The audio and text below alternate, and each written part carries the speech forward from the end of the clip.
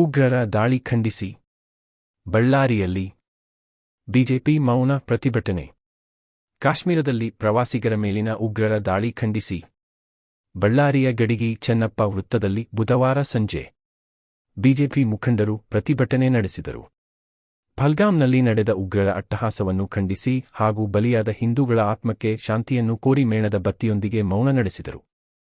ಪ್ರತಿಭಟನೆಯಲ್ಲಿ ಮುಖಂಡರಾದ Somashekhara Reddy, MLC Satish, BJP ಜಿಲ್ಲಾಧ್ಯಕ್ಷ ಅನಿಲ್ ಕುಮಾರ್ ಮೋಕ ಸೇರಿದಂತೆ ಹಲವಾರು ಕಾರ್ಯಕರ್ತರು ಭಾಗವಾಗಿಯಾದರು.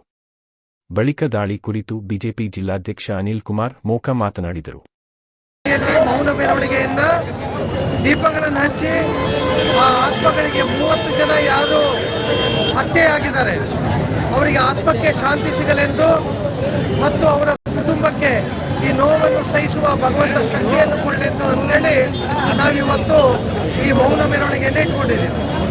ಆದರೆ ಯಾವುದೇ ಕಾರಣಕ್ಕೆ ಇಷ್ಟು ಬರ್ಬರವಾಗಿ ಹತ್ಯೆ ಮಾಡಿರುವಂಥ ದುಷ್ಕರ್ಮಿಗಳಾಗಿರುವಂಥ ಇವತ್ತು ಭಯೋತ್ಪಾದಕರು ಯಾರಿದ್ದಾರೆ, ಎಲ್ಲ ಮುಸಲ್ಮಾನರು ಭಯೋತ್ಪಾದಕರಲ್ಲ, ಅಂದರೆ ಭಯೋತ್ಪಾದಕರೆಲ್ಲರೂ ಮುಸಲ್ಮಾನರೇ ಅನ್ನೋದನ್ನ ಇವತ್ತು ಸಾಬೀತಾಗಿ ಮತ್ತೊಮ್ಮೆ ಮಾಡಿದ್ದಾರೆ.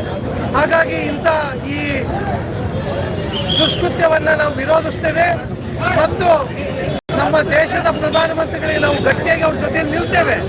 ಯಾವುದೇ ಕಾರಣಕ್ಕೆ ಇವರನ್ನ ಪೂರ್ಣವಾಗಿ ಭಯೋತ್ಪಾದನೆಯನ್ನು ನಿರ್ಮೂಲನೆ ಮಾಡೋದಕ್ಕೆ ಪೂರ್ತಿ ಬೆಂಬಲವಾಗಿ ನಾವೆಲ್ಲರೂ ದೇಶಭಕ್ತರಾಗಿ ನಾಗರಿಕರಾಗಿ ನಾವೆಲ್ಲ ಅವ್ರ ಜೊತೆಗೆ ನಿಲ್ತೀವಿ ಅಂತ ಹೇಳ್ತಾ ಈ ಒಂದು ಪ್ರತಿಭಟನೆಯಲ್ಲಿ ನಾವೆಲ್ಲರೂ ಭಾಗವಹಿಸಿದ್ದೇವೆ.